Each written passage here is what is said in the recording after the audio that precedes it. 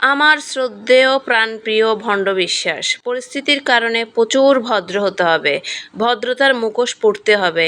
জানি তোমার কষ্ট হচ্ছে, তারপরেও তোমার অ্যাটিটিউডটা এখন একটু চেঞ্জ হয়েছে, কিন্তু সপ্তাহখানেক আগেও তোমার অ্যাটিটিউডে ছিল হিংসা এবং অহংকারে ভরা, আমরা দেখেছি। যাই হোক, পরিস্থিতির কারণে তোমার যে ভদ্র সাজতে কষ্ট হচ্ছে সেটা আমরা বুঝি। অপু বিশ্বাস, শোনা শোনা, তুমি অভিনয় যতই করো না কেন, তুমি অভিনয়তে কাঁচা। তোমার অভিনয়তে দুর্বল দেখে তুমি জাতীয় চলচ্চিত্রে কোনো পুরস্কার পাও নাই। দেবদাস মুভির মতন না ভাই, তুমি প্রথম নায়িকা ছিলা, সেই সুবাদও তুমি মেন নায়িকা ছিলা, সেখানেও তুমি পুরস্কার পাও না, কারণ তুমি অভিনয়তে কাঁচা। তুমি এখনও যে অভিনয় করতেছো এটা তোমার এক্সপ্রেশনে বোঝা যাচ্ছে। তোমার আসল মানে চেহারা তো মানুষ বুঝছে, তুমি কেমন এক্সপ্রেশন দাও শোনা। শোনা, তোমাকে আমি এত পছন্দ করি, এত ভালোবাসি, তারপরেও তোমাকে বুঝাইতে পারি না। তুমি মুখোশ যতই পরো না কেন, ভালো কখনোই হবা না। তুমি ভালো হওয়ার মতো মানুষে না। তোমার শিক্ষা কখনোই হয় না, যতই অপমান অপদস্থ করা হোক না কেন।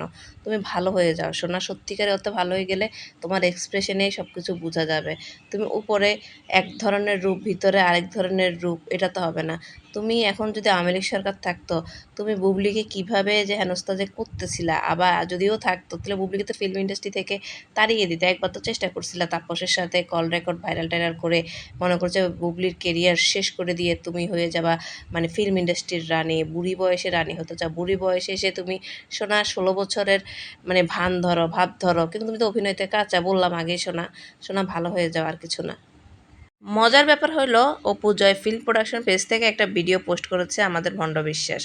পোস্ট করেছে ভালো কথা, কিন্তু তার গেটআপ টেটআপ দেখে তো মনে হচ্ছে এত নম্র ভদ্র বাংলাদেশে এমন একটা মেয়ে আপনি পাবেন না। মাথায় ঘোমটা টোমটা দিয়ে একদম ভদ্রতার সহিতে বসেছেন। এমনকি তার কথার সুর আর টোন এত নরম হয়েছে যে আপনি নিজেই বুঝতে পারবেন না যে এটা কোন অপু বিশ্বাসকে দেখেছেন। বেশি না, 2 সপ্তাহ আগেও তার বিভিন্ন নেক্সাস টিভি টিভি কি টিভিতে ইন্টারভিউগুলো দেখবেন, তার অ্যাটিটিউড, নাক, চোখের এক্সপ্রেশন, মানে হিংসা আর অহংকার। আসলে অহংকার মানুষকে যে পতন করে, সেটা চাক্ষুষ প্রমাণ হচ্ছে অপবিশ্বাস। অপবিশ্বাস এখন যত কিছুই করুক না কেন, তার আসল রূপ মানুষ জানে।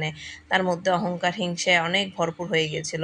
আসলে সব কিছু মানে না চাইতে পেয়ে গিয়েছে, তার যোগ্যতার চাইতে বেশি কিছু পেয়ে গেছে। যেটুকু যোগ্যতা ছিল না তার চেয়েও বেশি পেয়েছে।